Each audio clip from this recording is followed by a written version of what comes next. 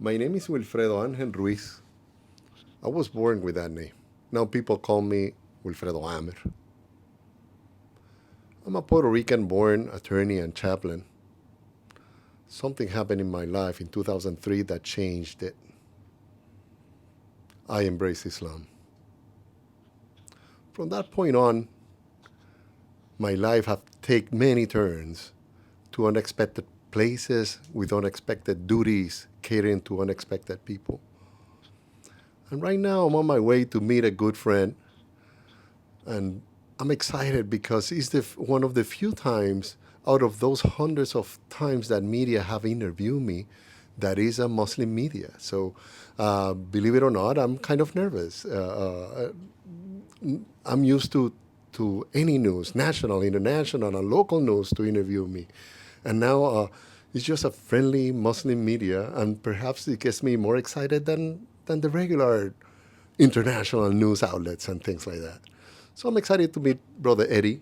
He's waiting for me in my office here in Sunrise, South Florida. And I hope this goes well. I believe you're all going to enjoy this.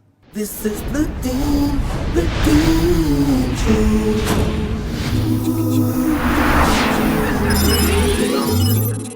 Assalamu alaikum. Walaikum salam. How you doing, Peace brother? be with you. Alhamdulillah. Nice to personally meet you. Nice to meet you too. Ojalá. Inshallah. Inshallah. Yes. So that's the same thing. Ojalá, inshallah. Yes, yes. How do you say peace be with you in Spanish? La paz sea contigo. La paz, huh? La paz La paz sea sea contigo. contigo. Contigo. Contigo. Contigo. I think they figured it out already. You're Yes. Boricua. I am. Very nice to have you here in Florida, brother Nice Eddie. to have you. Nice to be here with you. So now that we've broken the ice a little bit, tell me. So you were an attorney back in Puerto Rico, Yes, yes. and then from there the story went on to you being attorney here, Exactly. fighting for Muslims' rights. Yes. Yeah. It was a long journey, but I'm here. That's what I'm doing. Yeah. Yes, I'm blessed. In 2003, after some search on what religion should I educate my children with, one day I was driving in a city called Vega Alta in the suburbs of San Juan, and I observed an Islamic center that you can see in a hillside from the expressway. And I said, I'm going to learn about Islam. And that was end of 2002. Early 2003, January 2003, I embraced Islam. In that same Islamic center, I pronounced my Shahada. Tell us your life before.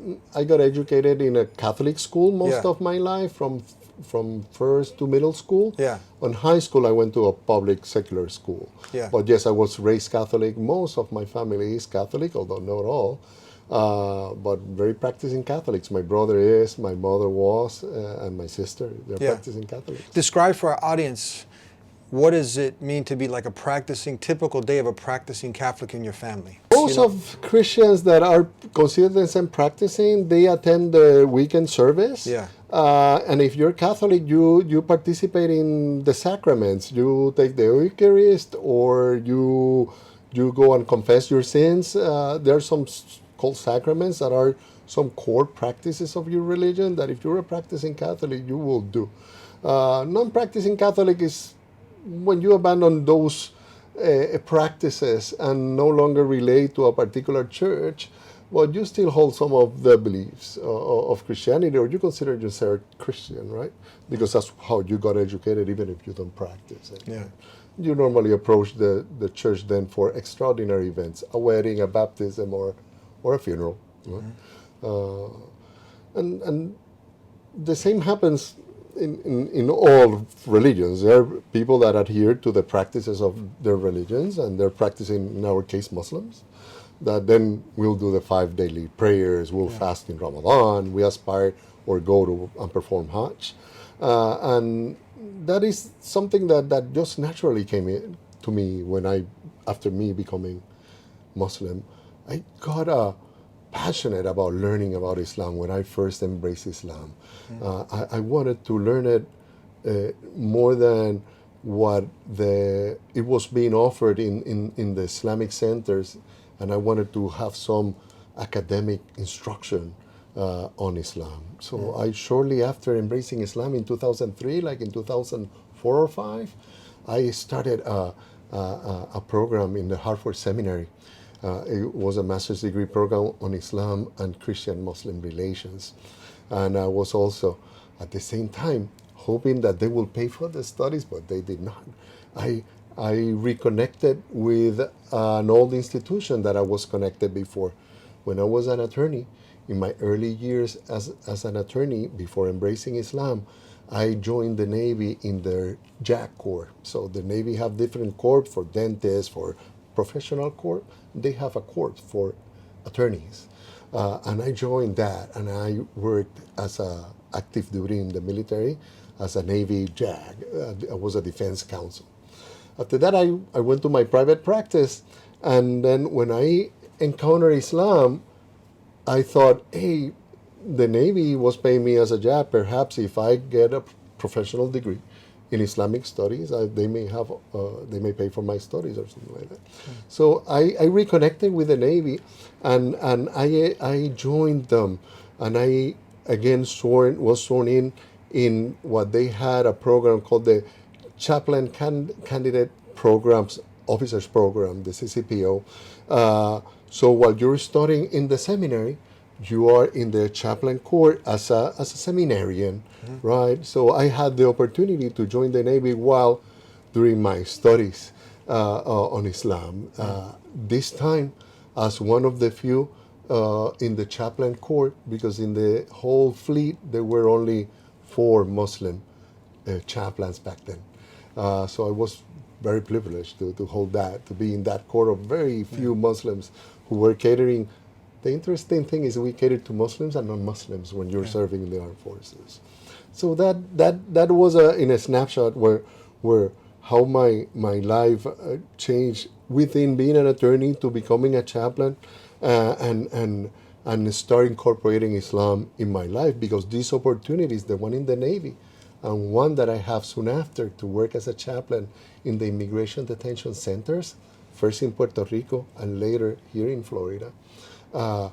It was working with Christian institutions, but I presented myself as a Muslim chaplain, and they did hire my services to direct the religious services program in those centers. Let's go back a little bit, because here a lot of people are going away from religion, or some people say, I believe in God, but I don't want to follow any organized religion. How was the tempo at that time, you coming up, from your young adult years, and a lot of times I can imagine, you got the Latin music, and now the songs are filled with, chasing this and that, and the bling bling. I don't know if they call it in Spanish. It wasn't the bling bling back then. It was a little older, that generation. But yes, it was. But what was it that had you, strike a chord that you started to go down that route, that you're now thinking more, thinking more about purpose of life? Why am I here? Why have I been created? These really important questions that a lot of people, they're so tuned into the song and they're numb to all of the reality of these type of things, important things that we should be thinking about. Eddie, when I first started visiting the Islamic centers, and I heard those first lessons on Islam. Honestly, when I was listening to the discussions of Tawheed, the concept of God, it was something that it was not new for me. It was something that when I first heard and listened to people talking about Tawheed and how that is essential to our faith, that is the essence of our faith, that naturally resonated to me. Why? Because when I was Christian, I always truly never was convinced, I received an adequate explanation on the concept of the Trinity. That what is known in Christianity is triune, 3 and 1, God, Father, Son, Holy Spirit. That concept, when I had that first expose of what this means in Islam and the importance of it, and how believing in the one God is really what our faith is about. the rest are what falls from it. And to discover that that was the essence of a religion, and that the essence of that religion, that belief, was something that I naturally believed in, that God was one, the creator, I perfectly fit. Nobody ever needed to try to explain me in Islam the concept of the one God. When it was exposed to me, and this is our teaching, and I was taught that, I didn't have any questions, because I said, this is what I have always truly believed God was, Un the Dios. creator, How you one say God. how you say in Spanish? Un Dios. Un Dios. Un Dios. La ilaha illallah. Un Dios. Yeah. And that's not broken up into parts like a trinity. That's just No, one. and I found that in Islam, the reason and our heart perfectly conjugates, perfectly get along. Ours is not a logical religion.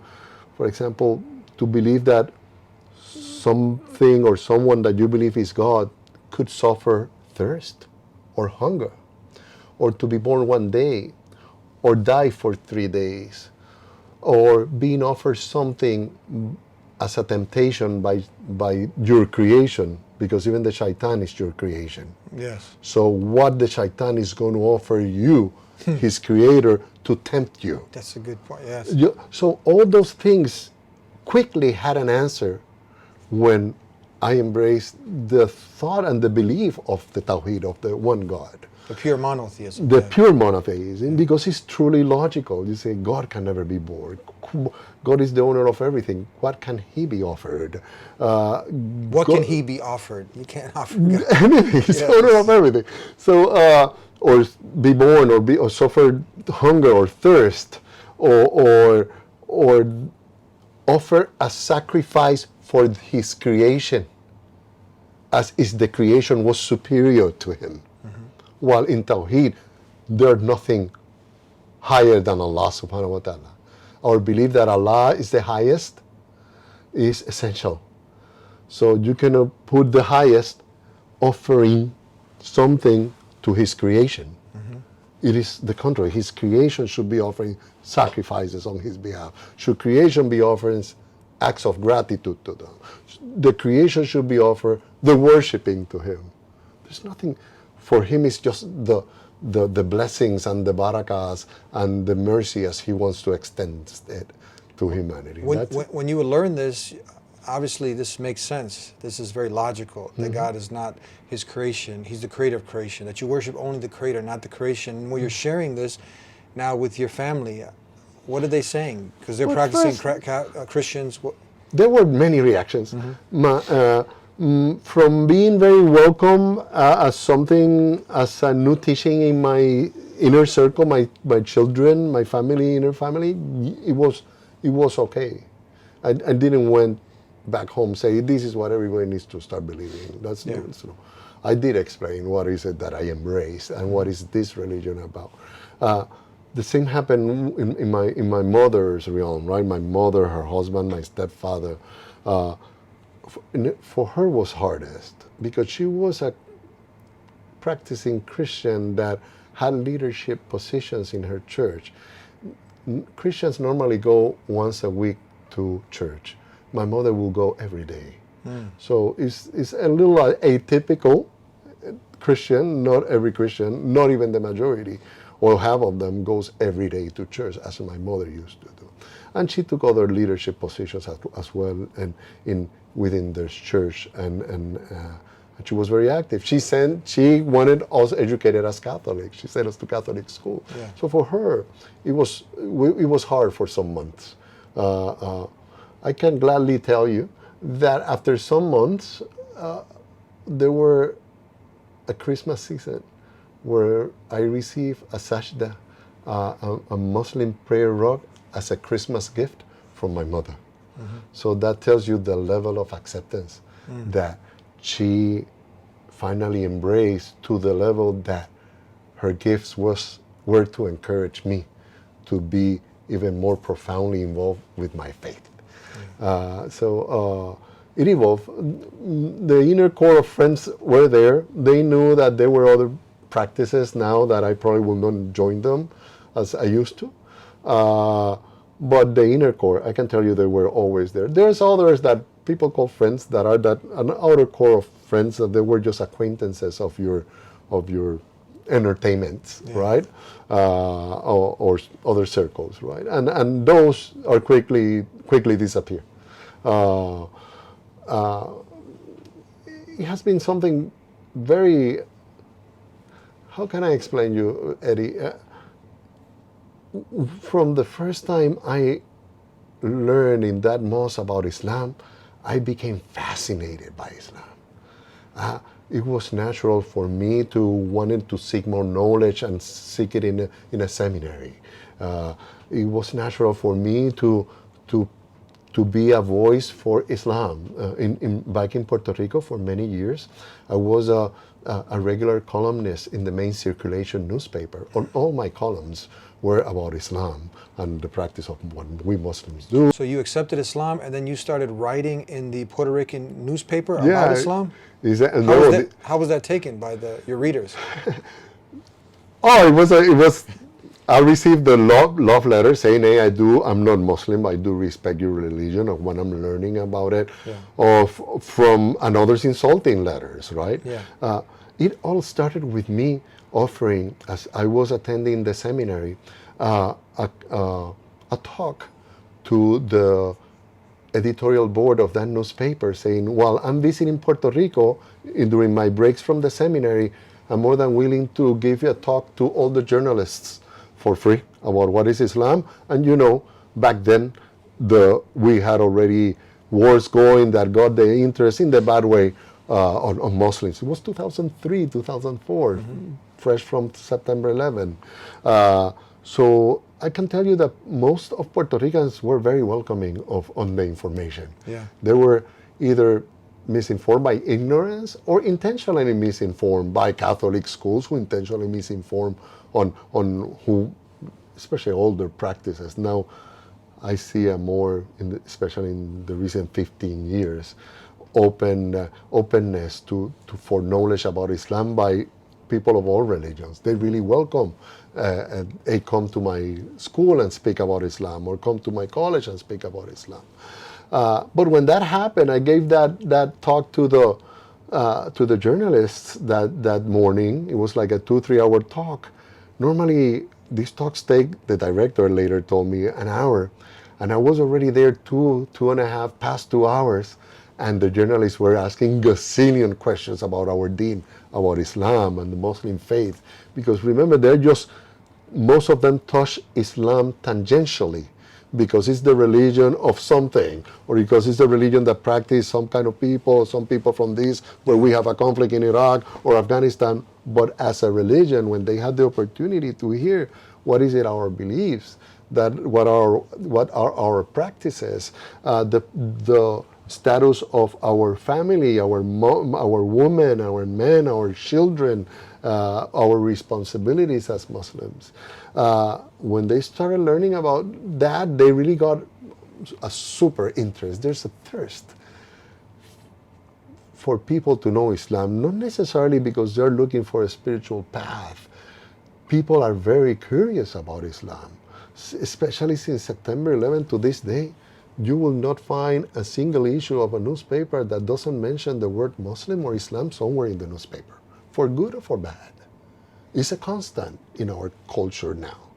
And even though it is a constant, a lot of people admit they're very ignorant about the faith. So these opportunities, this really open our community and Puerto Ricans perhaps a window to what is Islam. And there were some issues that were more controversial. For example, when we were discussing the Palestinian rights and how the rights are violated in Israel.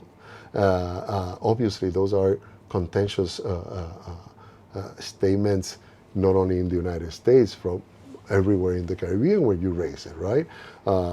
They are easily misconstrued, right? And that was something that after many years of writing in the paper, they even called me on recent years, "Hey, could you please, as a guest columnist, write about again about the Palestinian conflict, because media knows there's a vacuum of information when it comes to the rights of Muslims in Palestine, to the rights of Muslims in China, the Uyghur Muslims, to the rights of Muslims, the Rohingya Muslims, to the rights of Muslims that reside in Russia, and the rights of Muslims throughout Europe and Africa. So those are normally topics that they don't want to be talked about, and in our culture, mainly with the assertion that we have nothing to do with that. And we experience that it is on the contrary. What affects Syrians affects us. What affects Afghans affects us. What affects Iraqis affects us. So we are coming to know on the hard way, our communities, that Muslims will not go anywhere. Muslims are here to stay. The Muslim community is one of the fastest growing communities, religious communities in America. This is not that you like that to be or me like, that's a fact. So people need to really start wanting to learn, legitimately learn about us. And they're curious. And we always find those people that motivates me to do what I'm doing now. That is to defend the rights of Muslims to practice their religion. Because very early, when I started to practice my religion, the bombs that Hispanic Muslims were suffering after embracing Islam, those that embraced Islam that were Hispanics, and if you add another layer, they were imprisoned. That moved me to eventually gravitate to working in civil rights, like I'm doing with Care Florida. And I've been, next year is going to be 20 years of me becoming Muslim, alhamdulillah. Half of those have been directly working with Care Florida. First as an attorney and now as a communications director, but very determined that the rest of my life is going to be for the service of the Muslim community. It could be in Care Florida for the rest of my life, but if not in Care Florida, I don't see me doing other things than serving the Muslim community for them to have, for our kids and our grandkids to have a better place that what we found here. And that they don't need to suffer what we have suffered here, or listen from even the greatest leaders of our country, how they insult our religion, even in century 21. I hope they have a better America than the one we are inheriting. And I feel very good doing it. It's very satisfying. Putting all my knowledge even my attorney's experience throughout my life, the experience as a chaplain and as a communicator for the sake of our community is really perhaps what fits me spiritually. Because it's part of, we know as Muslims that this is how we worship. That every act that we try to do on the way Allah told us to do it is as good as worship, as salah, as good as worship as any other worship. And I have found that my preferred way of worship is serving my community, protecting the Muslim community, educating the Muslim community on their rights, making them stand pride for their identity, right? When they see a convert openly practicing Islam, that they don't mind looking Muslim, Muslimas or Muslim brothers or sisters. It's truly an experience, right? And that I know says a lot about Islam. I can tell you when I did Hajj, I was blessed to do Hajj in 2007. Whenever I was introduced to anyone in any store or in any circle, they stopped whatever they were talking to say, could you tell me your story about how you embrace Islam? It was of utmost exaltation to them to learn how somebody embraced Islam in America. This is nothing in my life. No, there's no other experience I can tell you about that I have experienced in my life that equates to what happened after I embraced Islam in 2003. This is very beautiful and very motivated to see someone who not only accepted the Deen, accepted this beautiful way of life, but now had that passion to continue moving forward, writing in the newspapers, educating people, sharing, because if you share, you care. If you care, you share. And you've been sharing and putting your experience to work, serving the Deen, serving your Creator, serving your community. I want to thank you for that. If for the Spanish-speaking audience, can you go ahead and leave us with something in the Puerto Rican Spanish language? You know, Of course. Pues, en el nombre de Dios, Bismillah. En el nombre de Dios. Explaining Islam in 1 minute in Spanish.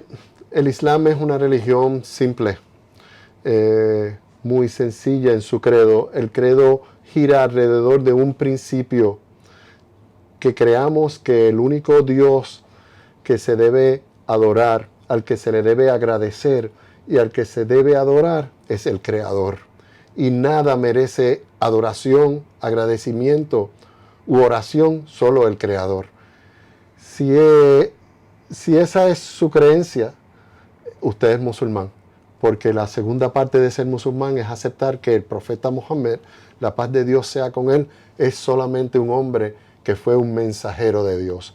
Si uno acepta que Dios es uno, el creador, y que Muhammad es su profeta y mensajero, uno es musulmán, nada más. Es muy sencillo. Si esa es tu creencia, mi exhortación es que contactes a un musulmán y le digas que quieres hacer shahada y que quieres aceptar que Dios es uno y que Muhammad es su profeta y mensajero. Assalamu alaikum, la paz sea con ustedes.